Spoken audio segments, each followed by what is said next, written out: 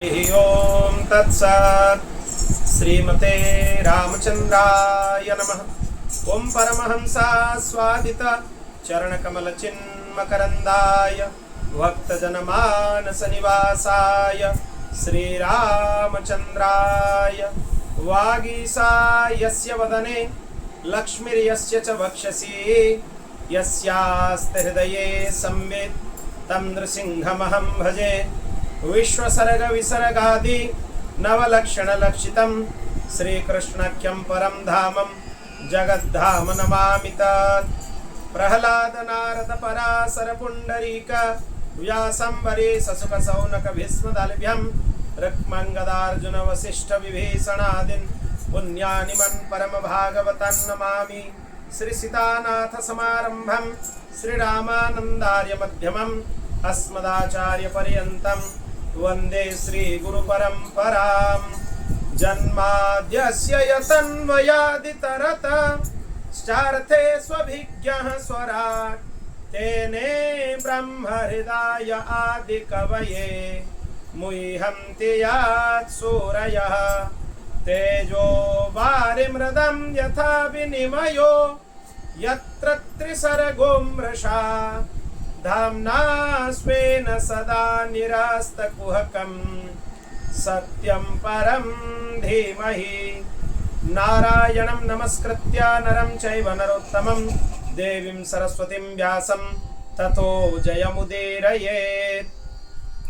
श्री अयोध्यानाथ भगवान की, श्री राधा गोपीनाथ भगवान की, श्री लक्ष्मी नारायण भगवान की, श्री जगन्नाथ महाप्रभु की, श्री बलभद्र महाप्रभु की, श्री सुभद्रा माता की, श्री चक्रराज सुदर्शन भगवान की, श्री उमा महेश्वर भगवान की, श्री पवन सुत हनुमान की, श्रीमद् जगत गुरु आद्य रामानंदाचार्य भगवान की, चंद्रकला अवतार श्रीमद् स्वामी श्री अग्रदेवाचार्य जी महाराज की, श्रीमद् स्वामी श्री मलुक देवाचार्य जी महाराज की, श्री पहाड़ी बाबा जी महाराज की, श्री भक्तमाली जी महाराज की, श्री सद्गुरुदेव भगवान की, श्री जगदीश बाबू जी महाराज की।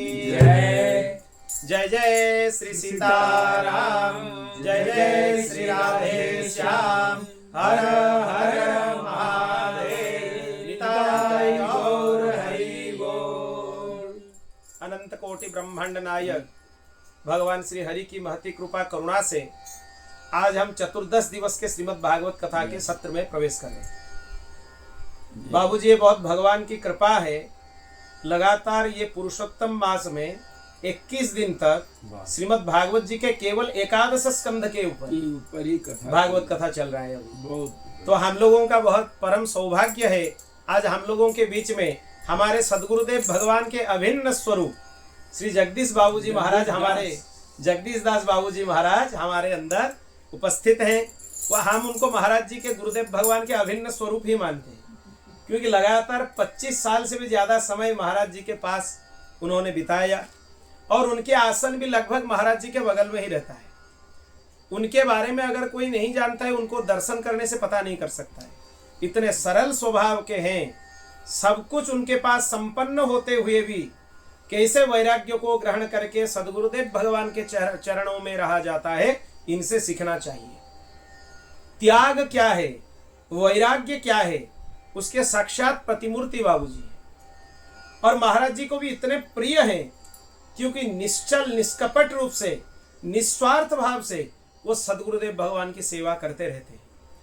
हम तो उतना योग्य नहीं है कि उनके चरणों में भी बैठ सके, पर उनका बहुत ज्यादा कृपा और वात्सल्य है दास के ऊपर, इसीलिए वो बीच बीच में दर्शन देने के लिए पधारते हैं। वो आज बहुत कृपा करके हम लोगों के बीच में पधारे। तक कथा प्रारंभ करने से पूर्व हम उनके श्री चरणों में दंडवत प्रणाम करके निवेदन करते हैं वो कुछ आशीर्वचन सबके लिए प्रदान करें, फिर हम कथा उसके बाद ही श्रवण करेंगे। वो सब भागवत ही है। बाबूजी कीर्तन करेंगे। जय श्री राधे, जय श्री राधे। आज हम यहाँ पर हमारे आदर्श जी की बहुत सालों से हमारा परिचित है। इन्होंने बहुत आग्रह उत्तर काशी में भी किया, अभी कलकत्ता में भी कहे तो हम बालासोर आए थे, तो बारीपदा भी आए, तो उनके आग्रह से हम यहाँ पर उनके निवास स्थान पर आए हैं।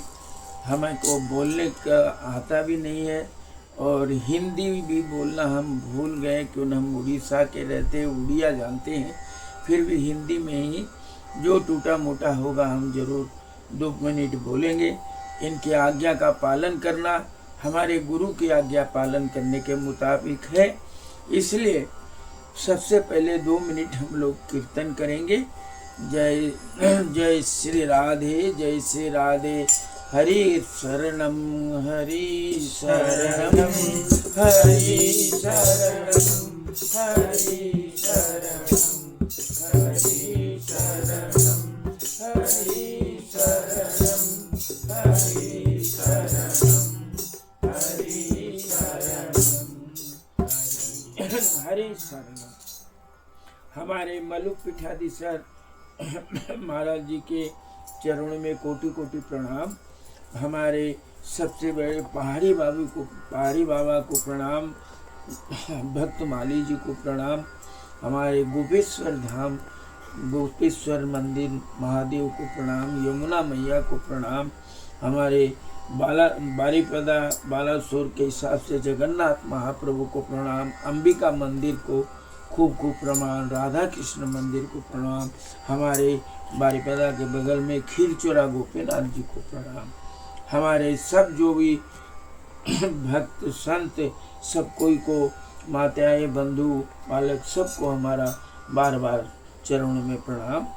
अब हमारे राम आदर्श का विशेष आज्ञा को पालन करते हुए हम जो शब्द कुछ कहेंगे, कहने के लिए तो कुछ नहीं है, हमारे आदर्श जी सब आपको भागवत में सुना ही रहे हैं, फिर भी हमारे मलुक पीठाधीश्वर महाराज जी बहुत समय बोलते रहते हैं कि हर घर में किसी भी समय में एक वक्त सब घर के परिवार एक जगह बैठकर स्वाध्याय या स्वाध्याय करना चाहिए। उसके अंदर में गीता भागवत, मद भागवत गीता, रामचरितमानस, विनय पत्रिका और एक कोई साधक संजीवनी या कल्याण की जैसी पुस्तक कोई भी घर का एक सदस्य 15 मिनट पढ़ना चाहिए और 15 मिनट कीर्तन करना चाहिए।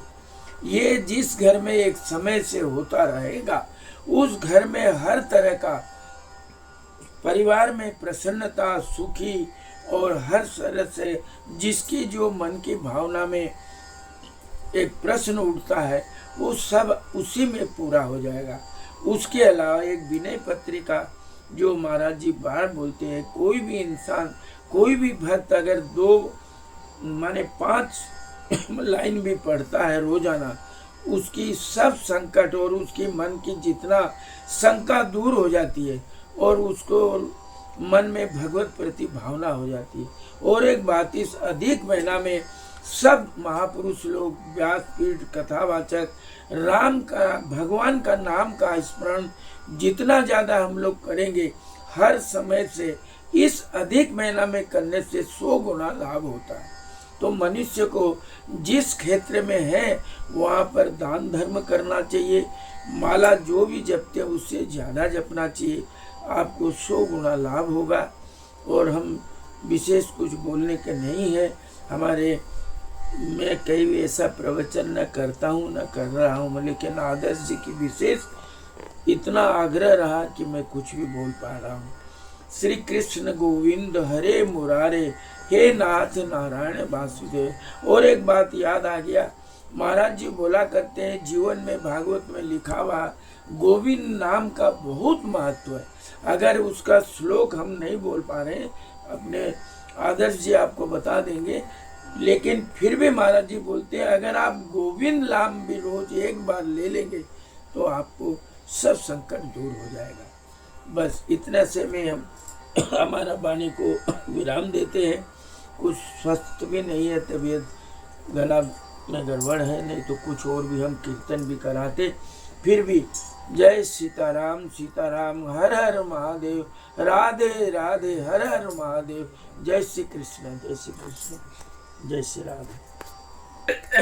श्री राम जय राम जय जय राम, श्री राम जय राम जय जय राम, श्री राम जय राम जय जय राम, श्री राम जय राम जय जय राम, श्री राम जय राम जय जय राम, श्री राम जय राम जय जय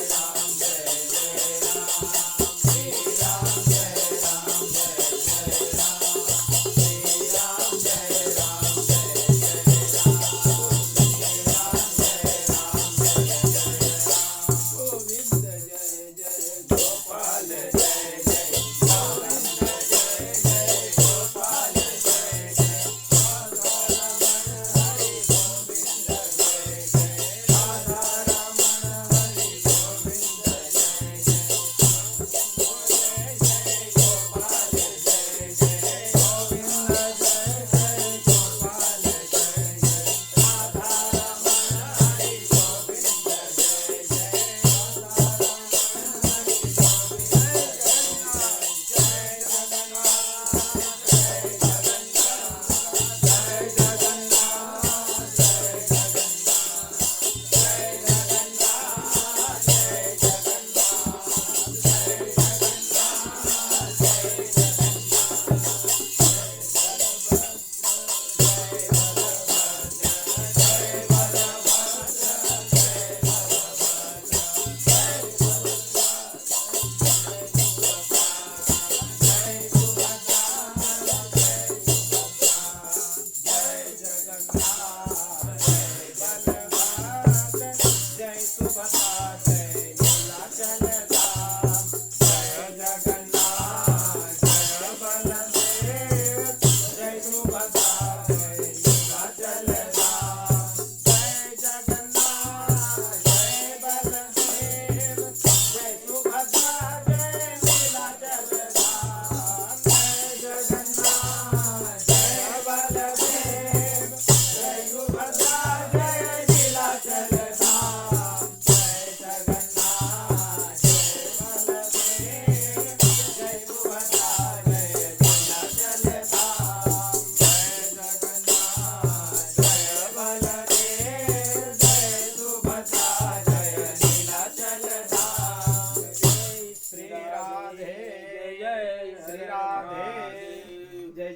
श्री राम जय निताय गौर हरि हरि बोल। हरि बोल। कल के सत्र में हम लोगों ने जो वर्णाश्रम धर्म है, वर्णाश्रम धर्म के निरूपण में भगवान क्या आदेश किए उसके बारे में चर्चा किए थे। आज वानप्रस्थ के और सन्यासी के लिए क्या धर्म है, क्या आदेश है, वो भगवान श्री कृष्ण निरूपण कर रहे हैं। भगवान बोल रहे, प्रिय उद्धव, यदि गृहस्थ मनुष्य वानप्रस्थ आश्रम में जाना चाहता है तो अपने पत्नी को पुत्रों के हाथ सौंप दें, उसके पुत्र के पास पत्नी को छोड़ देना चाहिए अथवा अपने साथ ही ले लेना चाहिए। फिर शांत चित्त से अपनी आयु का तीसरा भाग वन में रहकर व्यतीत करना चाहिए। ये वानप्रस्थ के लिए नियम है। ये वानप्रस्थ आश्रम अभी लुप्त प्राय ही हो गया है। वानप्रस्थ मिल नहीं रहे, ब्रह्मचारी मिलते हैं, सन्यास मिलते हैं, गृहस्थ मिलते हैं, पर वानप्रस्थ लगभग लुप्त ही हैं। वानप्रस्थ के लिए नियम भी बहुत कठोर है। वो इसीलिए है क्योंकि गृहस्थ में रहते हुए भोगों के लिए जो वृत्ति रहती है चित्त में, उसको शांत करने के लिए कठोर तप चाहिए, और वो कठोर तप वानप्रस्थ में ही हो सकता है। मतलब सन्यासी से भी ज्यादा कठोर नियम वानप्रस्थ के लिए है। ये भगवान बोल रहे हैं। वन में पवित्र कंद मूल फल का आहार करना चाहिए, शरीर का निर्वाह करना चाहिए। वस्त्र की जगह वृक्षों की छाल पहनना चाहिए अथवा घास पात और मृगछाल से ही काम निकालना चाहिए। केस, रोएं, नख, मूछ, दाढ़ी, इनको हटावे नहीं। यहाँ तक कि नियम बहुत कठोर है। दांतुन न करे, उनके लिए नियम है। जल में घुसकर त्रिकाल संध्या वंदन करे। धरती पर ही पड़े रहे, धरती ही उनके लिए सैया है। कोई उसमें बिस्तर नहीं बिछा सकते, आसन नहीं लगा सकते। ग्रीष्म ऋतु में पंचाग्नि तपे। पंचाग्नि पता है क्या है? चारों तरफ आग जलता रहता है, ऊपर सूर्य नारायण का किरण है। ये 5 तरह से अग्नि में तपने से इसको बोला जाता है पंचाग्नि तप। वर्षा ऋतु में खुले मैदान में रहकर वर्षा की बौछार सहे। वर्षा में भी ये नहीं कि किसी छत के नीचे चले जाओ, वर्षा में बरसात में ही बैठना है पूरा। और जाड़े के दिनों में गले तक जल में डूबा रहे। शीतकाल में जब यह होता है कि चादर से भी काम न चले, कंबल चाहिए, उस समय उसको गले तक जल में खड़े होना चाहिए। इतना कठोर है वानप्रस्थ के लिए नियम। इस प्रकार तपस्यामय जीवन व्यतीत करें। कंदमूलों को केवल आग में भूनकर खा लें अथवा समयानुसार पके हुए फल आदि के द्वारा ही काम चला लें। उन्हें कूटने की भी आवश्यकता हो तो ओखली में या सिल पर कूट लें। सिलवट्टा होता है, सिलवट्टा में उसको कूट लें, अन्यथा दांतों से ही चबाकर खा लें। वानप्रस्थाश्रमी को चाहिए कि कौन सा पदार्थ कहाँ से लाना चाहिए, किस समय लाना चाहिए, कौन कौन पदार्थ अपने अनुकूल हैं, इन बातों को जानकर अपने जीवन निर्वाह के लिए स्वयं ही सब प्रकार से कंद मूल फल आदि ले लेवे, ये चाहिए। और देश काल आदि से अनभिज्ञ लोगों से लाए हुए अथवा दूसरे समय से संचित पदार्थों से अपने काम में ना लें। ये नहीं कि भिक्षावृत्ति करके चला लो, ये वानप्रस्थी के लिए विधान नहीं है। ये बहुत कठोर है वानप्रस्थी के लिए नियम। निवार आदि जंगली अन्न से ही चरु पुरोडास आदि तैयार करे और उन्हीं से ही समयोचित आग्रयण आदि वैदिक कर्म करे।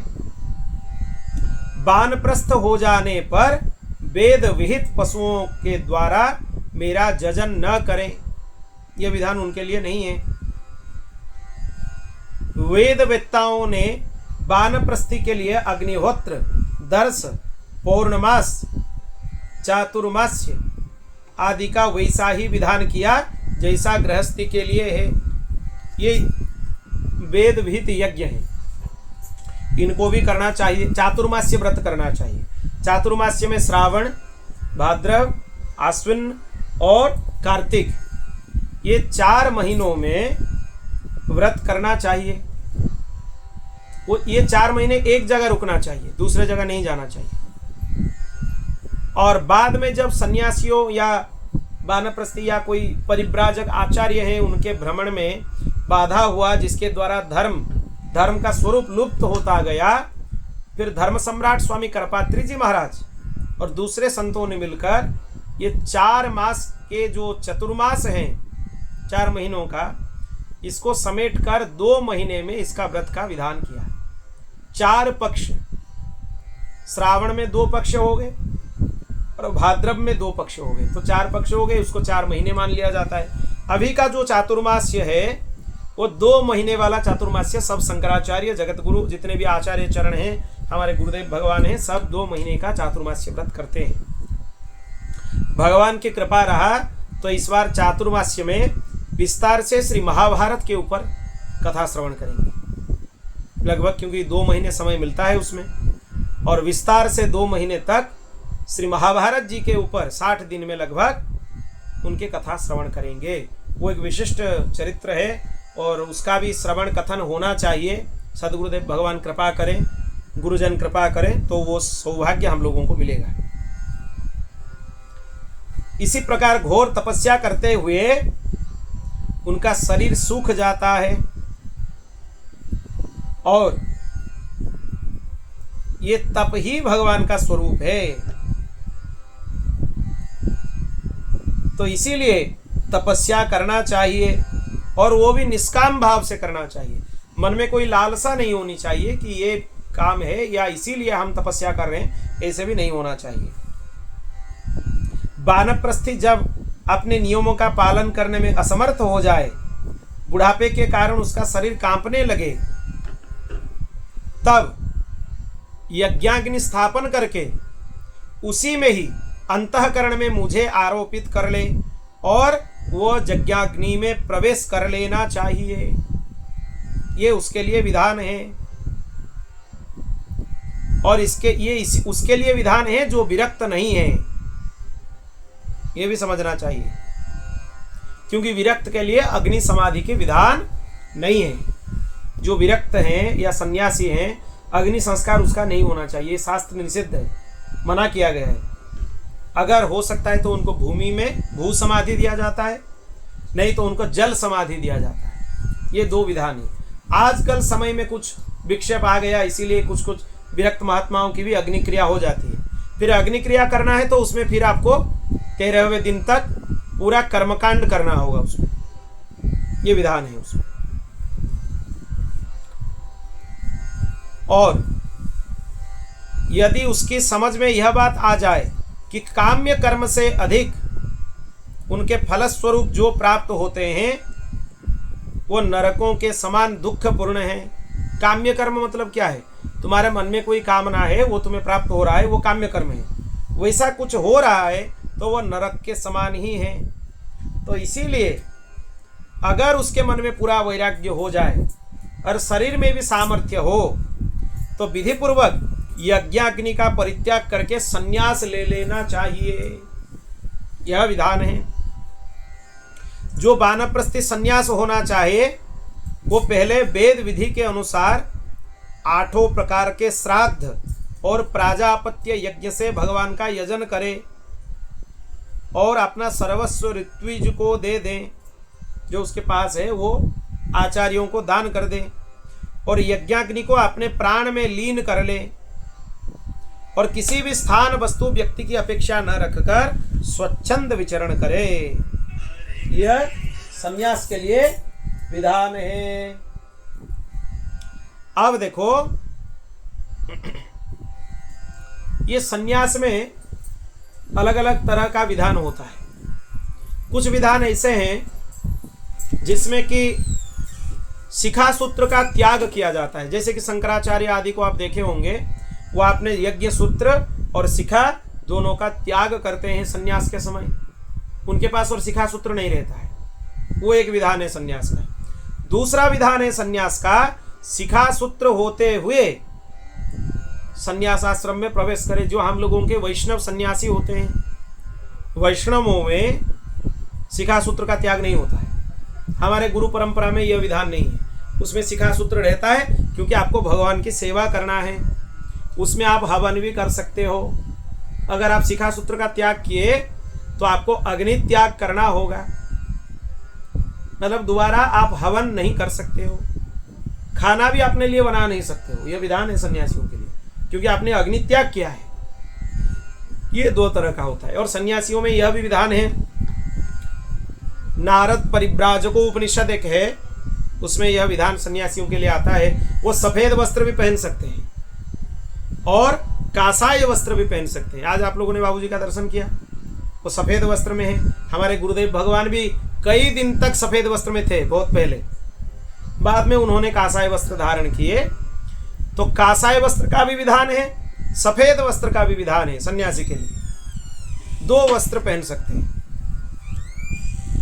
तो इसीलिए जब ब्राह्मण सन्यास लेने लगता है तब देवता लोग स्त्री पुत्रादि सगे संबंधियों का रूप धारण करके उसके सन्यास ग्रहण में विघ्न डालते हैं। किसी के मन में आया कि हम सन्यास लें, तो देवता नहीं चाहते हैं कि ये सन्यास लें। क्यों? क्योंकि कोई सन्यास ले ले तो वो मुक्त हो जाएगा सरलता से। देवता ये नहीं चाहते, इसीलिए वो स्त्री पुत्र माता पिता इनके रूप में बाधा डालते हैं सन्यास लेने के लिए। भगवान बोल रहे हैं क्योंकि तुम सन्यास में प्रवेश नहीं कर सकते हो। ये देवता ही कराते हैं, ये उन्हीं का ही विधान है। और वे सोचते रहते हैं कि अरे यह तो हम लोगों की अवहेलना कर, हम लोगों को लांघ कर परमात्मा को प्राप्त होने जा रहा है। क्योंकि आप जब भगवान के पास जाओगे तो देवताओं को पार करके जाओगे, सूर्यमंडल का भेदन करके जाओगे, ब्रह्मलोक को पार करके जाओगे, यमलोक को पार करके जाओगे, तो वो लोग देखते ही रह जाएंगे, देखो ये हमें पार करके चला गया। इसीलिए देवता नहीं करते हैं। यहाँ पे लिखा हुआ है, देखो, विप्रस्य वै सन्न्यसतो देवादारादि रूपिणः विघ्नान् कुर्वन्त्ययं ह्यस्मा नाक्रम्य समियात् परम। यह लिखा हुआ है। यदि सन्यासी वस्त्र धारण करे तो केवल लंगोटी भी लगा सकता है। अधिक से अधिक ऊपर में एक छोटा सा टुकड़ा कपड़ा लपेट लें, जैसे कि शरीर ढक जाए, उसको अचला बोलते हैं। जो परंपरा में विधानगत विरक्त वेश किसी को नहीं मिला है या गुरुदेव की आज्ञा नहीं है, तो उसके ऐसे अचला जैसा वस्त्र नहीं पहनना चाहिए, वो अपराध है। जैसे हम लोग ये लपेट कर पहन लेते हैं इसको अचला जैसे, ये सभी के लिए विधान नहीं है, ये अपराध है। मुक्त कच्छस्तु ये विप्रा पादतः पृथ्वी चरेत पदे पदे सुरापानम प्रायश्चित्तम न विद्यते। कोई ब्राह्मण अगर उसमें कच्छ वस्त्र नहीं है और वो ऐसे ही लपेट कर अचला जैसे पहन लेता है वस्त्र, मुक्त कच्छ है, वो एक एक चरणों में उसको सुरापान का पाप लगता है, जिसका शास्त्रों में प्रायश्चित्त नहीं है।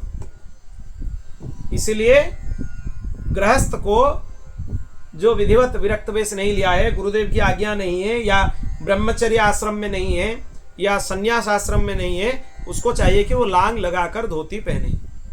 यही विधान है, तो उसको अपराध नहीं लगेगा।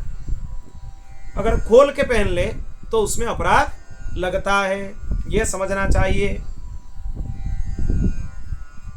और दंड कमंडलू अपने परंपरा के हिसाब से अपने पास रखें। ये नियम आपत्ति काल को छोड़कर सदा के लिए है।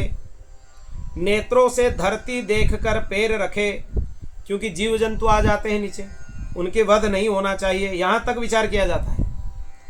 हमें स्मरण है, कभी सदगुरुदेव भगवान बताते थे, परम पूज्य परम गुरुदेव भक्तमाली जी महाराज एक बार अपने आसन में ऐसे बैठे थे, तो वहाँ पर कुछ चींटियाँ जा रही थी, लाइन लगाकर चलते हैं वो। रात भर भक्तमाली जी महाराज ऐसे ही चरणों को पकड़कर ऐसे ही सो गए बैठे बैठे। क्यों? क्योंकि अगर वो पैर फैला देते या कुछ भी करते तो चींटियों के ऊपर वो आ जाता, लग जाता उनको, जो होने से फिर उनको पीड़ा होता है उसमें। यहाँ तक कि विचार किया जाता है छोटे छोटे चींटियों के लिए भी, जैसे कि उनका प्राण ना जाए। यहां तक की विचार किया जाता है।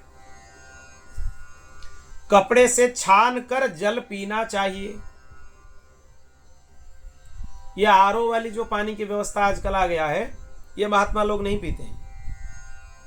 परम पूज्य बड़े पुजारी जी महाराज आए थे बीच में, जहां भी गए वो, यहां तो हमारा आरओ की व्यवस्था नहीं है, हम पहले से ही आरओ की पानी नहीं पीते, वो व्यवस्था नहीं है, उसको अशुद्ध माना जाता है परंपरा में, छान कर ही पीना चाहिए। जहां जहां भी वो गए दर्शन के लिए, जो लोग बुलाए थे वहां गए, वो बोले कि बोरवेल से पानी पकड़ के ले आओ, सीधा पानी ले आओ, वही पी लेंगे, पर आरओ आदि के पानी नहीं पिएंगे। पानी छान कर ही कपड़े से पीना उत्तम माना जाता है, यही विधान है। तो पानी में भी जो पोषक तत्व हैं वो उसमें आ जाते हैं। कुपात्र में भोजन नहीं करना चाहिए। चीनी मिट्टी की जो बर्तन है, फाइबर की बर्तन है, कांच की बर्तन है, ये सब कुपात्र है, लोहे के बर्तन है, इसमें भोजन नहीं करना चाहिए। जहां तक हो सके शुद्धता से, पीतल से, कांसे से, चांदी अगर व्यवस्था हो तो चांदी से भी कर सकते हो, पत्तल से भोजन कर लो, पर ये कुपात्र से भोजन नहीं करना चाहिए। कुपात्र भोजन करने से भगवती लक्ष्मी रूठ जाती है उसमें। और मुंह से प्रत्येक बात सत्यपूत, सत्य से पवित्र हुई ही निकालना चाहिए। शरीर से जितने भी काम करे बुद्धि पूर्वक सोच विचार कर ही करना चाहिए। ये नहीं कि कुछ भी आया मन में कर लिए, ये नहीं है विधान। वाणी के लिए मौन रहना अच्छा है, शरीर के लिए निश्चेष्ट स्थिति में रहना अच्छा है, मन के लिए प्राणायाम दंड है। जिसके पास ये तीनों दंड नहीं है, वो केवल बांस के दंड को धारण करके बोलते हैं कि हम दंडी स्वामी हैं, ये नहीं है। यही त्रिदंड है सन्यासी के। क्या त्रिदंड है? वाणी में मौन, शरीर के लिए निश्चेष्ट स्थिति और मन के लिए प्राणायाम, ये त्रिदंड है। ये अगर तुम्हारे पास है, भगवान श्री कृष्ण बोलते हैं, तो तुम त्रिदंड स्वामी हो। फिर बांस के दंड चाहे तुम्हारे पास हो चाहे ना हो, उसमें कोई फर्क नहीं होता है। अगर परंपरा से, गुरु परंपरा में है, त्रिदंड मिलता है किसी को, तो वो अलग है। एक दंड का भी विधान है, द्विदंड का भी विधान है, त्रिदंड का भी विधान है। हमारे रामानंद संप्रदाय में जितने आचार्य हैं, कई कई स्थानों की परंपरा में त्रिदंड संन्यास के विधान है। उसमें भी दो तरह के हैं सन्यासी, दंडी स्वामी, दूसरा जो दंड धारण नहीं करते उसको, उनको परमहंस सन्यासी बोला जाता है। हमारे सदगुरुदेव भगवान परमहंस सन्यासी है। दंड धारण के विधान हमारे पहाड़ी बाबा की जो परंपरा है उसमें नहीं है। बाकी कई स्थानों में जो जगत गुरु रामानंदाचार्य होते हैं, उनमें त्रिदंड धारण के विधान है। रामानुज संप्रदाय में भी आचार्यगण त्रिदंड धारण करते हैं। और कुछ कुछ आचार्य हैं, जैसे कि अयोध्या में पूज्य राघवाचार्य स्वामी जी महाराज या विद्याभास्कर स्वामी जी महाराज, उनको देखोगे उनके पास दंड नहीं है। दंड नहीं है मतलब वो परमहंस सन्यास है उनका, यह भी विधान है। सन्यासी को चाहिए वो सभी से भिक्षा ले, पर जो जाति च्युत है, अपने जाति के धर्म से च्युत हो गया है, गोघाती है, इनसे बचकर रहे, इनसे भिक्षा ना ले। और कितने घरों में आप भिक्षा ले सकते हो नित्य? 7 घरों से ही भिक्षा ले सकते हो, यही विधान है। इस प्रकार भिक्षा लेकर बस्ती से बाहर जाए, जलाशय पर जाए, वह हाथ पैर धोकर जल के द्वारा भिक्षा पवित्र कर ले। भिक्षा में कई स्वादिष्ट पदार्थ होते हैं, उनको कपड़े में बांधकर जल में डुबाकर धो लेना चाहिए, मतलब उससे सब धुल जाए। कोई तीखी चीज ना हो, कोई स्वादिष्ट चीज ना हो, कोई तेल मसाला ना हो, सब धो जाएगा उसमें। धोने का ही विधान है। उसको कपड़े में बांध लो, फिर उसको जल में डुबाकर धो लो। फिर शास्त्रोक्त पद्धति से जिनको भिक्षा का भाग देना चाहिए उनको दो, और जो कुछ बच जाए, मतलब कुछ प्राणियों को खिला दो, फिर उसमें जो कुछ बच जाए उसको मौन होकर खा लो, और दूसरे समय के लिए बचाकर न रखें, और न अधिक मांग कर लाए। अधिक भी मांगना नहीं चाहिए, यह विधान है। पर यह भिक्षा के लिए विधान है। ठाकुर जी का अधरामृत प्रसाद मिल जाए तो उसमें यह विचार नहीं रहता है कि आप भिक्षा मांगो, इसको लेकर जल में धो दो, फिर अपराध लगेगा उसमें। हम लोग तो ठाकुर जी के अधरामृत ही पाते हैं, प्रसाद ही पाते हैं। और प्रसाद में अन्न बुद्धि नहीं होना चाहिए। प्रसाद मतलब वो ठाकुर जी का प्रसाद है। प्रसाद ठाकुर जी का अभिन्न स्वरूप ही है। ठाकुर जी ही प्रसाद के रूप में प्राप्त होते हैं, यह समझना चाहिए। फिर ठाकुर जी के प्रसाद में आप खूब राग भोग पाओ, आराम से पाओ, उसमें कोई विधान नहीं है, मना नहीं है, उसमें आराम से पाओ। उसमें सन्यासी को पृथ्वी पर अकेले ही विचरना चाहिए, उसके लिए कहीं भी आसक्त ना हो, ये विधान किया गया है। सब इंद्रियों को अपने वश में रखे, अपने आप में मस्त रहे, आत्म प्रेम में तन्मय रहे, प्रतिकूल से प्रतिकूल परिस्थितियों में भी धैर्य रखे और सर्वत्र समान रूप से स्थित परमात्मा का अनुभव करें, यह चाहिए। सन्यासी को निर्जन और निर्भय एकांत स्थान में रहना चाहिए। उसके हृदय निरंतर भगवान की भाव से ही विशुद्ध बनता है और वह अपने आप को भगवान से अभिन्न मानता है, अद्वितीय मानता है और अखंड के रूप में चिंतन करता है। यह सन्यासी के लिए विधान है। वह अपनी ज्ञान निष्ठा से चित्त के बंधन और मोक्ष पर विचार करे तथा निश्चय करे कि इंद्रियों के विषय के लिए विक्षिप्त होना, चंचल होना बंधन है, उनको संयम में रखे, वही मोक्ष है। यही जीवन मुक्ति की परिभाषा है। इंद्रियों का वहां पे नियंत्रण करना, यह सबसे बड़ी बात है। इसीलिए सन्यासियों को चाहिए कि मन एवं पांचों ज्ञानेंद्रियों को जीत ले, भोग की क्षुद्रता समझकर उनकी ओर से सर्वदा मुंह मोड़ ले और अपने आप में ही परम आनंद का अनुभव करें। इसी प्रकार वो भगवान की भावना से भरकर पृथ्वी में विचरण करना चाहिए। उसके लिए केवल भिक्षा के लिए ही नगर, गांव, अहीरों की बस्ती या यात्रियों की टोली में जाए, पवित्र देश, नदी, पर्वत, वन, आश्रमों से पूर्ण पृथ्वी में बिना कहीं ममता जोड़े घूमता फिरता रहे। कहीं भी जाओ ममता नहीं होना चाहिए कि ये हमारे हैं, इनके पास हम बंध गए, ये भावना सन्यासी के लिए नहीं होना चाहिए। और सन्यासी के लिए यह भी विधान है कि वो वानप्रस्थियों से भी भिक्षा ले सकता है, यह भी विधान है। क्योंकि कटे हुए खेतों की दानों से बनी हुई भिक्षा शीघ्र ही चित्त को शुद्ध कर देती है, उससे बचा कुचा मोह होकर सिद्धि प्राप्त हो जाती है। इसीलिए जो खेत से प्राप्त होने वाला धन, जो अन्न है, उसको वानप्रस्थी ले आते हैं। वो वानप्रस्थियों से उसको संग्रह करके उनसे भिक्षा अगर सन्यासी ले तो उसका अन्न को पवित्र माना जाता है। और विचारवान सन्यासी दृश्यमान जगत को सत्य वस्तु कभी ना समझे, क्योंकि यह तो प्रत्यक्ष ही नाशवान है। इस जगत में कहीं भी अपने चित्त को लगाए नहीं। इस लोक में और परलोक में जो कुछ करने पाने की इच्छा है उससे सदा के लिए विरक्त हो जाए। सन्यासी विचार करे कि आत्मा में जो मन, वाणी, प्राणों की संघात रूप जगत है वो सारा का सारा माया ही है, चारों तरफ माया का स्वरूप है। वह अपने स्वरूप में स्थित हो जाए और संसार का स्मरण ना करें, ये उसके लिए चाहिए।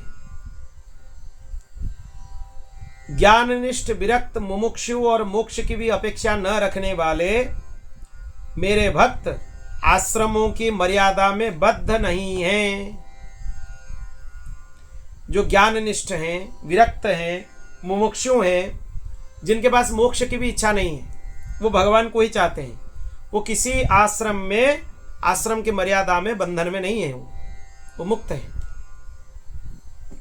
वो चाहे तो आश्रमों और उनके चिन्हों को छोड़कर वेद शास्त्र विधि निषेध से परे होकर स्वच्छंद विचरण करें। जो भगवत प्रेम में सराबोर हो गया है, ये उसके लिए है।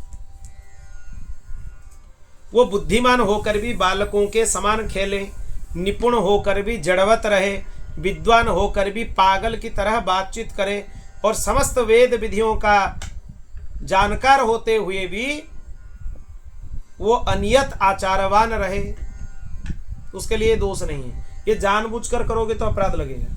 वो एक स्थिति है, भगवत प्रेम में इतना निमग्न हो जाओ कि आपने स्थिति का भी ज्ञान ना रहे, तब ये सब छूट जाए तो कोई दोष नहीं है। और आपने ज्ञान से जानबूझकर सब कुछ छोड़ दिए, आश्रमों के चिन्ह, तो ये अपराध है, ये करना नहीं चाहिए। उसे चाहिए कि वेद के कर्मकांड भाग की व्याख्या में न लगे, पाखंड न करें, तर्क वितर्क से बचें। जहाँ कोरा वाद विवाद हो रहा है वहाँ कोई पक्ष ना ले। वो इतना धैर्यवान हो कि उसके मन में किसी भी प्राणी से उद्वेग ना हो, किसी भी प्राणी को स्वयं उद्वेग ना करे, किसी की निंदा ना करे और प्रसन्नता से सब कुछ सह ले, किसी की अपमान ना करे। और सन्यासी के लिए यह भी विधान है कि किसी के लिए वैर ना करे। वैर तो पशु करते हैं, मनुष्य के लिए वैर करने की भाव नहीं है। जैसे एक ही चंद्रमा जल से भरे हुए विभिन्न पात्रों में अलग अलग दिखाई देता है, वैसे ही परमात्मा समस्त प्राणियों में अलग अलग दिखाई देते हैं। पर चंद्रमा जैसे एक ही है, भगवान भी एक ही है। अब जलपात्र 10 रख लो, 10 चंद्रमा दिखेंगे, तो चंद्रमा 10 हो गए क्या? वैसे अलग अलग प्राणियों में भगवान अलग अलग अनुभव देते हैं। तो भगवान 10-20 नहीं है, भगवान तो एक ही है, सच्चिदानंद स्वरूप भगवान है। प्रिय उद्धव, सन्यासी को किसी दिन यदि समय पर भोजन न मिले तो उसे दुखी नहीं होना चाहिए, और बराबर मिले तो हर्षित भी नहीं होना चाहिए। कभी घी घना और कभी चना, कभी वह भी नहीं मना, वो भी नहीं मिलता है सन्यासी को लिए, ऐसा विधान है। कभी बहुत अच्छा खाना मिल जाता है, कहीं कहीं वो भी नहीं मिलता है, चना खाकर रह जाते हैं। कभी कभी वो भी नसीब में नहीं होता है, ऐसे ही रह जाते हैं, पानी पीकर रह जाते हैं, वो भी मना। मन में हर्ष विषाद दोनों प्रकार के विकार ना आने दे, क्योंकि भोजन मिलना और ना मिलना दोनों ही प्रारब्ध के अधीन है। भिक्षा अवश्य मांगनी चाहिए। भिक्षा का विधान सन्यासी के लिए है, और तत्वज्ञान का विचार करना चाहिए, और जो भिक्षा मिले उसी से ही पेट भर लेना चाहिए। वस्त्र बिछोने जैसे भी मिले उसमें काम चला लेना चाहिए, उनमें अच्छेपन या बुरेपन की कल्पना ना करें। और शौच, आचमन, स्नान आदि नियमों का भी पालन करना चाहिए, और नित्य निरंतर भगवान के प्रति कैंकर्य भावना होना चाहिए। भगवान हमारे सर्वस्व हैं, हम भगवान के हैं।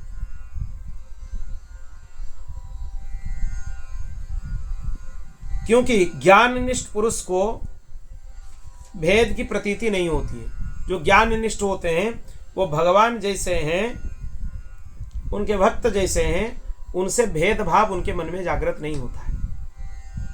वही कारण होता है वो जब अपने शरीर को त्याग करते हैं वो भगवान को ही प्राप्त कर लेते हैं और भगवान के जैसा ही बन जाते हैं, एक रूप हो जाते हैं भगवान के जैसा। संसार के भोग का फल, दुख, सुख आदि विषयों से परे होकर विरक्त हो जाए, भगवत चिंतन में तन्मय हो जाए और सद्गुरुदेव भगवान की शरण ग्रहण करें। ये सबके लिए विधान है। वो गुरु की दृढ़ भक्ति करे, श्रद्धा रखे, उनमें दोष दृष्टि कभी ना रखें। जब तक ब्रह्म का ज्ञान हो तब तक बड़े आदर से मुझे ही गुरु के रूप में समझते हुए सेवा करना चाहिए। मतलब गुरुदेव को भगवान से अभिन्न समझकर सेवा करना चाहिए। श्री कृष्ण बोलते हैं मुझ में और गुरुदेव में इतना रंच मात्र भी भेद नहीं है। अगर आपको भेद दर्शन हो रहा है तो यह आपकी कच्चापन है। जिसने 5 इंद्रियां, मन, इन 6 विषय पर विजय प्राप्त नहीं किया, जिसके इंद्रिय रूपी घोड़े और बुद्धि रूपी सारथी बिगड़े हुए हैं, जिसके हृदय में ना ज्ञान है ना वैराग्य है, वो त्रिदंडी सन्यासी क्यों ना बन जाए। वो सन्यास धर्म का नाश कर रहा है। अगर इंद्रिय निग्रह नहीं है, ये फिर सब बेकार है, ये ठगने की चेष्टा है। इसीलिए वो अपने लोक परलोक दोनों अपने हाथ से खो बैठता है। ये प्रपंच नहीं करना चाहिए, इंद्रियों के ऊपर विजय प्राप्त करना चाहिए। सन्यासी का मुख्य धर्म है शांति और अहिंसा। वानप्रस्थी का मुख्य धर्म है तपस्या और भगवत भाव। गृहस्थ का मुख्य धर्म है प्राणियों की रक्षा और यज्ञ भाग। ब्रह्मचारी का मुख्य धर्म है गुरुदेव की सेवा, आचार्य की सेवा। गृहस्थ भी केवल ऋतुकाल में ही अपनी स्त्री का सहवास करे, उसके लिए यह ही ब्रह्मचर्य है। तपस्या, शौच, संतोष, समस्त प्राणियों के प्रति प्रेम भाव, ये उसके लिए धर्म है। धर्म नियंत्रित काम गृहस्थ के लिए होना चाहिए। धर्म अनियंत्रित काम अगर गृहस्थ पालन करने लगे तो वो भी उसके लिए अधर्म है। वो जैसे पशुओं के वृत्ति में नहीं होना चाहिए उसके लिए। और भगवत उपासना तो सबके लिए है। जो पुरुष इस प्रकार अनन्य भाव से अपने वर्णाश्रम धर्म के द्वारा भगवान की सेवा में लगा रहता है, समस्त प्राणियों में भगवत भावना करता रहता है, उससे भगवान की अविचल भक्ति प्राप्त हो जाती है। उद्धव जी, मैं संपूर्ण लोकों का एकमात्र स्वामी हूं, सबकी उत्पत्ति प्रलय का परम कारण ब्रह्म हूं। नित्य निरंतर बढ़ने वाली अखंड भक्ति के द्वारा मुझे प्राप्त कर लेना चाहिए। भक्ति का स्वरूप यह है कि नित्य बढ़ना चाहिए, वो घटना नहीं चाहिए। आप आज जितना कर रहे हो कल उसमें ज्यादा होना चाहिए। अगर वो बढ़ रही है तभी वो भक्ति है, घट रही है तो वो भक्ति नहीं है। इस प्रकार गृहस्थ अपने धर्म पालन के द्वारा अंतकरण को शुद्ध कर ले, भगवान के ऐश्वर्य को, उनके स्वरूप को जान ले, ज्ञान विज्ञान से संपन्न हो जाए और भगवान को ही प्राप्त कर ले अंत में। यह विधान है। भगवान बोले देखो मैं तुम्हें वर्णाश्रमियों के सदाचार जो है वो बताया, ये अगर कोई पालन कर लेता है मोक्ष को प्राप्त कर लेता है। तुमने मुझसे जो प्रश्न किया था मैं उस प्रश्न का उत्तर बहुत विस्तार में दिया। भगवान यहाँ पर वर्णाश्रम धर्म के विस्तार का पालन यहाँ पूरा करते हैं। कल हम लोगों ने ब्रह्मचारियों के लिए क्या नियम है उसका श्रवण किया, गृहस्थों के लिए क्या नियम है उसका श्रवण किया, आज वानप्रस्थ और संन्यास के लिए क्या नियम है उसका श्रवण किया। इससे बड़ा और कुछ नहीं हो सकता है। भगवान विस्तार से ही बोल दिए पूरा। वर्णाश्रम भी आ गया इसके अंदर। 4 वर्णों का क्या विधान है वो भी कल हम लोगों ने श्रवण किया। भगवान फिर भक्ति, ज्ञान और यम नियम आदि साधनों का वर्णन करते हैं। बोल भक्त वत्सल भगवान की, शरणागत वत्सल भगवान की। उद्धव, जिसने उपनिषद आदि शास्त्रों के श्रवण, मनन, निधिध्यासन के द्वारा आत्म साक्षात्कार कर लिया है, जो श्रोत्रिय है, ब्रह्मनिष्ठ है, जिसका निश्चय केवल युक्तियों से और अनुमानों पर निर्भर नहीं करता है, दूसरे शब्दों में यह बोल सकते हैं जो केवल परोक्ष ज्ञानी नहीं है, प्रत्यक्ष ज्ञानी है, और वो यह जानकर कि संपूर्ण द्वैत प्रपंच और उसकी निवृत्ति का साधन वृत्ति ज्ञान माया मात्र है, उन्हें मुझ में लीन कर दे। वे दोनों ही मुझ आत्मा में अध्यस्त हैं, ऐसा जान लेना चाहिए। मतलब ये मुझे प्राप्त कर लेते हैं, ऐसे स्वभाव वाले मनुष्य। किसी ने उपनिषद का अध्ययन किया या उपनिषद का श्रवण किया कोई आचार्य से, तो उसके मन में स्वाभाविक है कि देह गेह से उसके वृत्तियां हट जाती है वहां से, फिर उसकी वृत्तियां निरंतर भगवत भाव में ही रहता है। उसकी वृत्तियां संसार में विषय में प्रवेश नहीं करते हैं। इसी के द्वारा उसका कल्याण हो जाता है, वो परम कल्याण को प्राप्त कर लेता है। ज्ञानी के लिए भी अभिष्ट भगवान है, उसके साधन साध्य स्वर्ग अपवर्ग भगवान ही है। भगवान के अलावा ज्ञानी दूसरे किसी विषय से प्रेम नहीं करना चाहिए उसको। जो ज्ञान विज्ञान संपन्न है वो भगवान के स्वरूप को जान लेता है। इसीलिए ज्ञानी पुरुष भगवान को सबसे ज्यादा प्रिय है।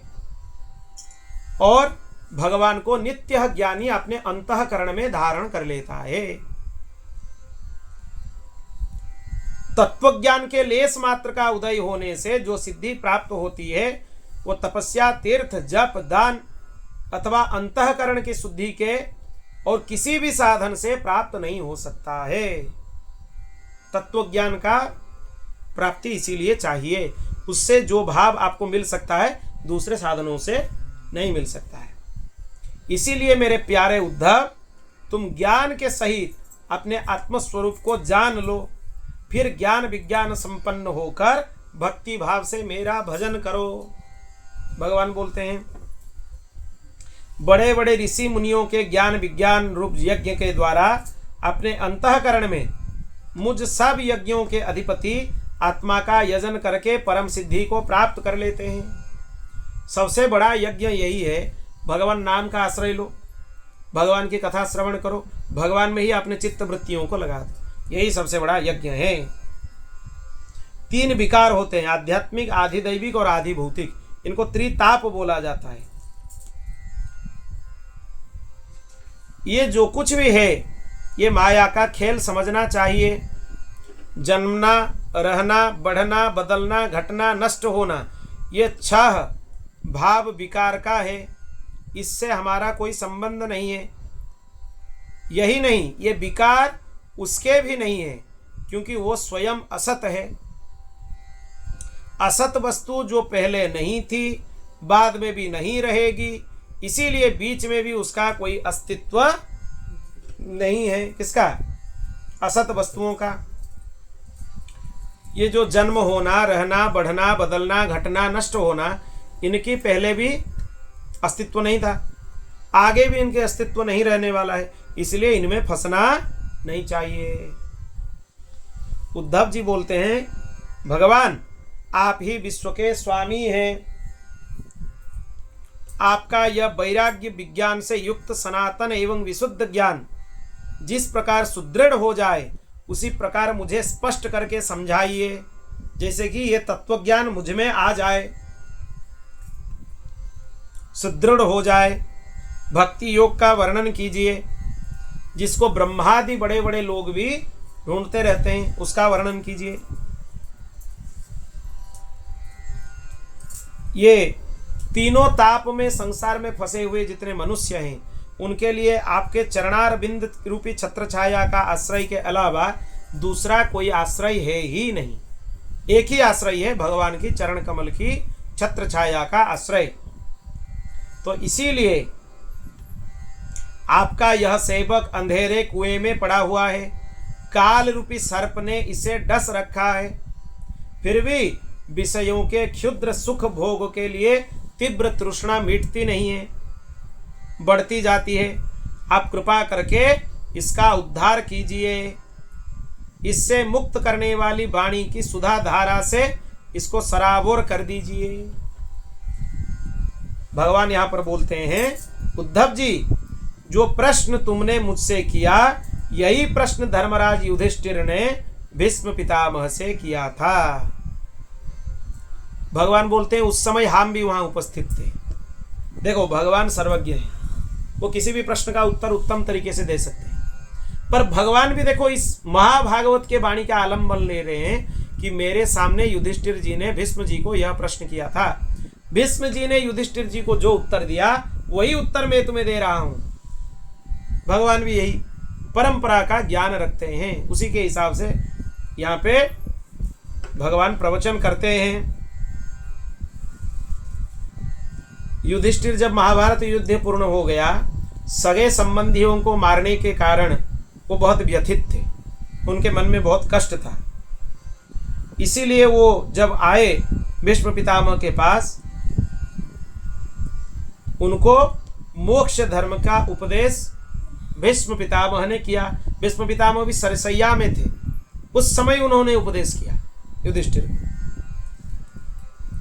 जिस ज्ञान से प्रकृति, पुरुष, महतत्व, अहंकार, पंच तन्मात्रा, ये 9 और 5 ज्ञानेंद्रिय, 5 कर्मेंद्रिय, 1 मन, ये 11, 5 महाभूत और 3 गुण, ये 28 तत्वों को ब्रह्मा से लेकर तृण तक संपूर्ण कार्यों में देखा जाता है और इनमें ही परमात्म तत्व का अनुगत रूप से दर्शन करना चाहिए। वो परोक्ष ज्ञान है, यह मेरा निश्चय है। तत्वों की संख्या कितने हो गए फिर? 28। यहाँ पे भगवान 28 तत्वों का वर्णन कर रहे हैं। कपिल देव भगवान सांख्य योग में कितने तत्वों का वर्णन किए? 25 तत्वों का वर्णन किए। हाँ, काल को मिलाकर 25 है। जो तत्व वस्तु सृष्टि के प्रारंभ में और अंत में कारण रूप से स्थित रहती है, वही मध्य में भी रहती है। वही प्रतीयमान कार्य से प्रतीयमान कार्यांतर में अनुगत भी होती है। फिर उन कार्यों का प्रलय अथवा बाध होने पर उनके साक्षी एवं अधिष्ठान रूप से शेष रह जाती है। वही सत्य परमार्थ वस्तु है, ऐसा समझना चाहिए। श्रुति, प्रत्यक्ष, ऐतिह्य महापुरुषों में जो प्रसिद्धि है, और अनुमान, अनुमान के प्रमाण, ये 4 मुख्य वस्तु हैं। न्याय में भी इनको लिया जाता है। अभी न्याय प्रसंग भी आ जाएगा इसमें। देखो, श्रुति जो वेद में है, प्रत्यक्ष जो दिखने के लिए मिल रहा है, ऐतिह्य जो महापुरुषों में परंपरागत प्रसिद्धि है, और अनुमान, ये 4 प्रमाण होते हैं किसी भी विषय में। आप किसी भी विषय में बात कर रहे हो, 4 चीज को देखना चाहिए उसमें। इसके कसौटी पर कसकर ही किसी भी वस्तु को विश्वास करना चाहिए। और विवेकी पुरुष को चाहिए कि वो स्वर्गादि फल देने वाले यज्ञादि कर्मों के परिणामी नश्वर होने के कारण ब्रह्मलोक पर्यंत समस्त सुख को नाशवान समझे। तो समझे कि ये सब सुख नाशवान है, ये एक ना एक दिन नष्ट होने वाला है, इसका कोई ठिकाना नहीं है। और भक्ति योग का वर्णन तो उद्धव में तुम्हें पहले ही सुना चुका हूं। फिर से मैं यह बता रहा हूं कि भक्ति सर्वश्रेष्ठ साधन है, और भक्ति प्राप्त होने का साधन क्या है, ये उपदेश अभी तुम्हें मैं कर रहा हूं। जो मेरी भक्ति को प्राप्त करना चाहता है, वो मेरी कथा में सबसे पहले श्रद्धा रखे, वो कथा श्रवण करे, और निरंतर भगवान के गुण, लीला और नामों का संकीर्तन करे, भगवान की पूजा में अत्यंत निष्ठा रखें, और स्तोत्रों के द्वारा भगवान की स्तुति करे, सेवा पूजा में प्रेम रखे, भगवान के सामने साष्टांग लौटकर प्रणाम करे, भगवान के भक्तों की पूजा करे, भगवान से भी उनके भक्तों को ज्यादा माने, और समस्त प्राणियों में भगवत दर्शन करें। उसके एक एक अंग की चेष्टा भगवान के लिए ही होना चाहिए। वाणी से केवल भगवान का ही गुणगान करना चाहिए, और अपना मन भी भगवान को अर्पित करना चाहिए। सारी कामनाएं छोड़ देना चाहिए, उसके लिए यह विधान है। मदर्थेर्थ परित्यागो भोगस्य च सुखस्य च इष्टम दत्तम हुतम जप्तं मदर्थम यद्व्रतम तपः। मेरे लिए धन, भोग और प्राप्ति सुख का भी परित्याग कर दें, और जो कुछ यज्ञ, दान, हवन, जप, व्रत, तप किया जाए वो सब मेरे लिए ही करें। तुम कुछ धर्म का पालन कर रहे हो, तुम्हारा उद्देश्य यह होना चाहिए कि हम भगवान के लिए कर रहे हैं, यह नहीं होना चाहिए कि हम हमारे पुण्य के लिए कर रहे हैं। ये भूल जाओ कि पुण्य प्राप्ति के लिए करना है। जो इस प्रकार भगवान के पास अपना आत्मनिवेदन कर देता है, उसके हृदय में भगवान के प्रेम लक्षणा भक्ति का उदय होती है। इसीलिए सब कुछ भगवान को समर्पण कर दो। उसके लिए फिर दूसरे वस्तुओं की प्राप्ति की भावना शेष नहीं रह जाती है, उसको सब कुछ मिल गया। फिर प्रेम लक्षणा भक्ति किसी को मिल गया तो कृतार्थ हो गया, कृतकृत्य हो गया। ये संसार विविध कल्पनाओं से भरपूर है। इस प्रकार से धर्म का पालन करने से सत्वगुण की वृद्धि चित्त में होती है, और मन शांत होकर भगवान में लग जाती है। उस समय साधक को धर्म, ज्ञान, वैराग्य और ऐश्वर्य स्वयं ही प्राप्त हो जाते हैं, अपने आप। ये 4 वस्तुएं प्राप्त हो जाते हैं। जब चित्त में इंद्रिय इधर उधर भटकने लगते हैं, विकृतियां प्रकट होती है, तब समझना चाहिए कि रजोगुण की बाढ़ आ गया है। उससे निवृत्त होने के लिए प्रयास करना चाहिए। जिससे मेरी भक्ति हो वही धर्म है। अब धर्म की कितनी भी परिभाषा कर लो, वो धर्म नहीं है। धर्म क्या है? जिससे भगवान की भक्ति हो जाए वही धर्म है।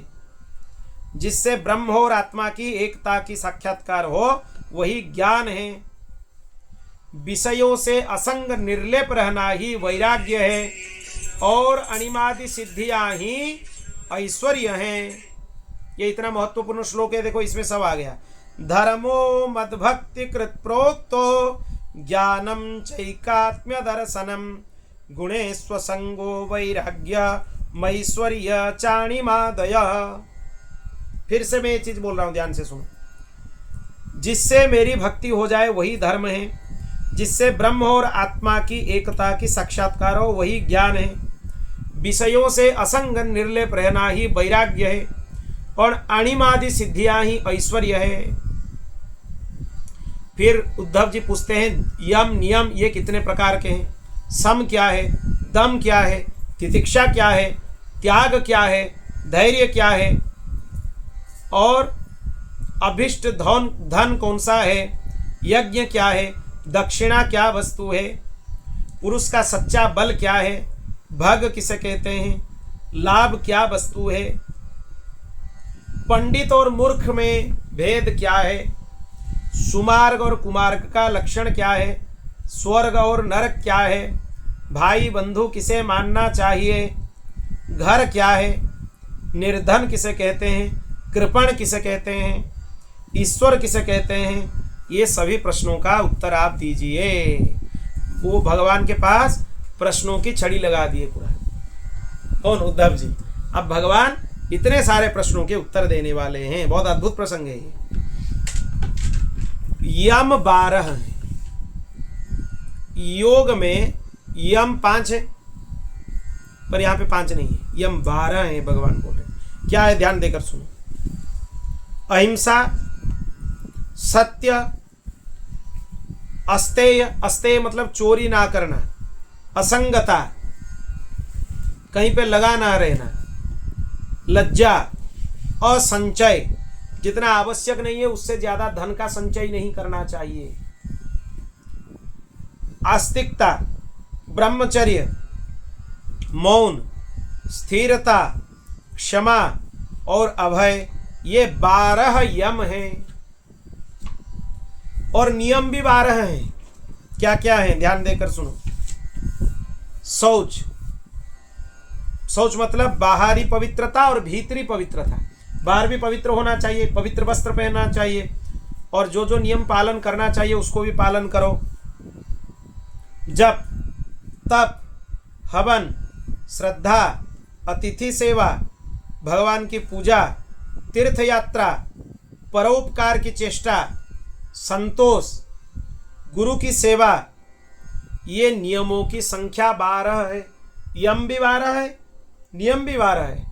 तुम योग शास्त्र में देखोगे यम 5 है, नियम 5 है, पर भगवान यहाँ पे 12 यम नियमों की वर्णन कर रहे हैं।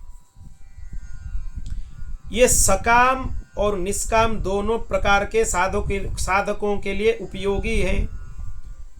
जो पुरुष इनका पालन करे वो भोग मोक्ष दोनों को प्राप्त कर सकता है। बुद्धि का भगवान में लग जाना ही सम है। बहुत प्रश्न आता है, सम क्या है? भगवान में तुम्हारी बुद्धि लग जाए तो वही सम है। इंद्रियों के संयम का नाम दम है। न्याय से प्राप्त दुख के सहने का नाम तितिक्षा है। तुम्हें जो दुख मिल रहा है उसको सह लो, वही तितिक्षा है। जिह्वा और जननेन्द्रिय पर विजय प्राप्त कर लेना धैर्य है। ये दोनों पर ही लोग विजय प्राप्त नहीं कर पाते। किसी से द्रोह ना करना, सबको अभय देना, यही दान है। सबसे बड़ा दान अभय दान है। हम तुम्हें अभय कर दिए, मुक्त कर दिए। कामनाओं का त्याग करना ही तप है। अपनी वासनाओं पर विजय प्राप्त करना शूरता है। और इससे इसके अलावा कोई शूरता दूसरा तुम सोच रहे हो तो शूरता नहीं है। कहीं तुम कैसे भी बंटादार मूछ लगा लो, सूरता वाली खड्ग धारण कर लो, वो सूरता नहीं है। अपने वृत्तियों के ऊपर, वासनाओं के ऊपर विजय प्राप्त करना वही सूरता है। सर्वत्र सम स्वरूप सत्य स्वरूप परमात्मा का दर्शन करना ही सत्य है। कितना अद्भुत परिभाषा है देखो। सत्य और मधुर भाषण को महात्माओं ने ऋत कहा है। ऋत मतलब सत्य भाषण और मधुर भाषण। कर्म में आसक्त ना होना यही शौच है।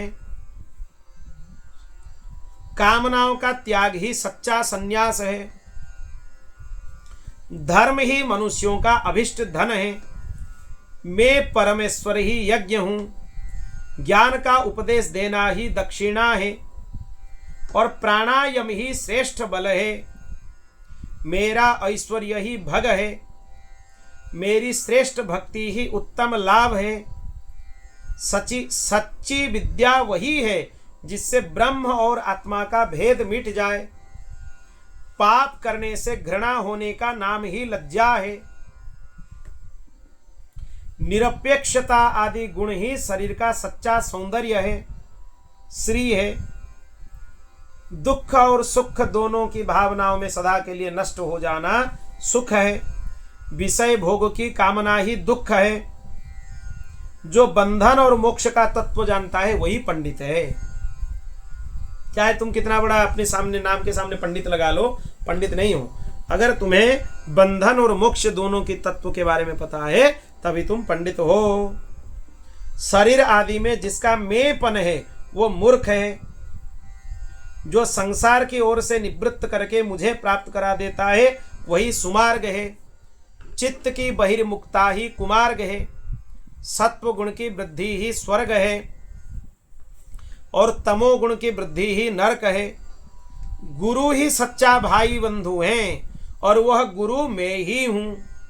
भगवान फिर बोले, ये मनुष्य शरीर ही सच्चा घर है तथा सच्चा धनी वही है जो गुणों से संपन्न है। जिसके पास गुणों की खजाना है वही सच्चा धनी है। जिसके चित्त में असंतोष है, अभाव का बोध है, वही दरिद्र है। जिसके पास ये भावना रहता है कि मेरे पास कुछ नहीं है। जो जितेंद्रिय नहीं है वो कृपण है। समर्थ, स्वतंत्र और ईश्वर वह है जिसकी चित्त वृत्ति विषयों में आसक्त नहीं है। इसके विपरीत जो विषयों में आसक्त है वो सर्वथा असमर्थ है। प्यारे उद्धव, तुमने जितने प्रश्न पूछे थे उसका उत्तर मैंने दे दिया। इनको समझ लेना मोक्ष मार्ग में सहायक है। मैं तुम्हें गुण और दोषों का लक्षण अलग अलग कहां तक बताऊं?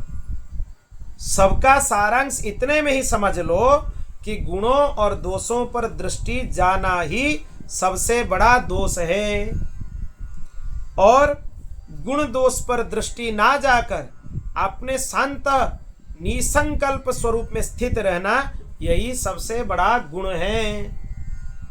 इसको समझ लो। यहाँ पे कम समय में कम विषयों में भगवान बहुत सारे वस्तुओं की निरूपण कर दिए। आगे के सत्र में हम ज्ञान, कर्म और भक्ति योग के बारे में फिर आगे चर्चा करेंगे।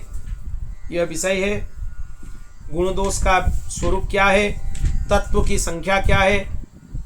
एक तितिक्षु ब्राह्मण का इतिहास भी इसमें आता है। भिक्षु गीता बताया जाता है भागवत जी में, वो भी आता है। एकादश स्कंद में कितने विषय हैं देखो। सप्ताह में क्या होगा, ये तो 21 दिन में भी नहीं हो रहा है। आज बहुत आनंद आया। परम पूज्य बाबूजी महाराज आए, उनके प्रत्यक्ष उपस्थिति में हम उनके भी कुछ सत्संग को प्राप्त किए और उनके दर्शन होते ही अपने सदगुरुदेव भगवान का स्मरण हो जाता है। सदगुरुदेव भगवान का दर्शन उन्हीं में ही हो जाता है, वही भावना करते हैं। इसी भाव के साथ आज के कथा को यहीं हम विराम करते हैं। श्री कृष्ण गोविंद हरे मुरारे, हे नाथ नारायण वासुदेवा। कृष्ण गोविंद हरे मुरारे, हे नाथ नारायण वासुदेवा। हे नाथ नारायण वासुदेवा, हे नाथ नारायण वासुदेवा, हे नाथ नारायण वासुदेवा, हे नाथ नारायण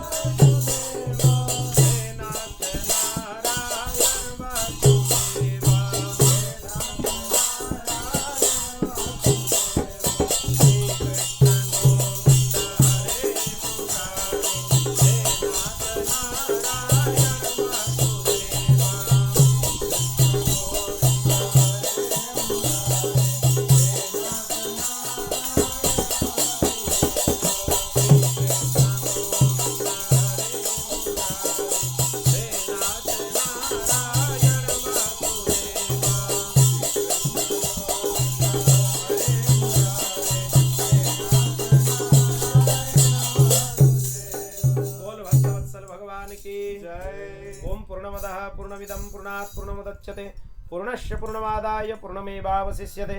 हरि ओम शांति शांति शांति। श्री कृष्णार्पणमस्तु।